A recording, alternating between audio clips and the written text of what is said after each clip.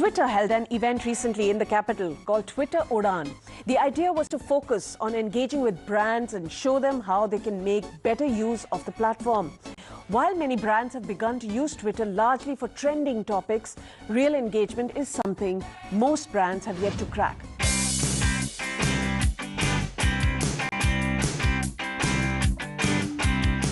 Glimpses of Twitter's first Asia-Pacific Business Leadership Summit, Twitter Udaan, held in Gurgaon recently. Ditching the regular closed-room conference-style setup, the social media major decided to go for an unusual and relaxed setting, congregating close to 200 brands, agencies and publishers to discuss and deliberate upon the future. That's live, data-driven, content and disruption-led, and is media-first.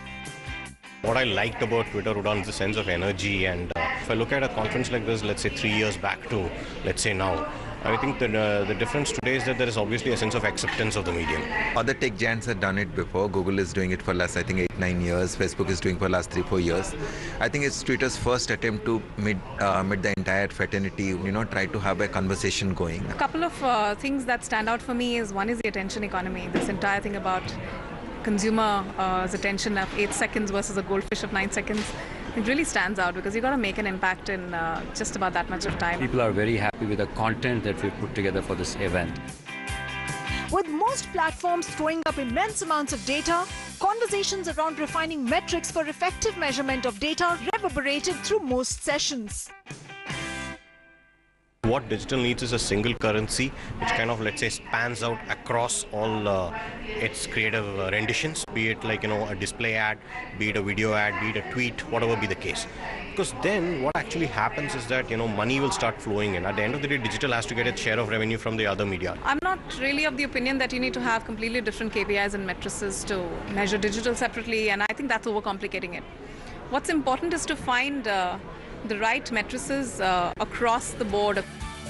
Another important discussion centered around the need for creating content to engage with viewers on various platforms, especially content that's video-led. Quoting numbers, Twitter has registered a 400% increase in the time spent on watching videos on its platform.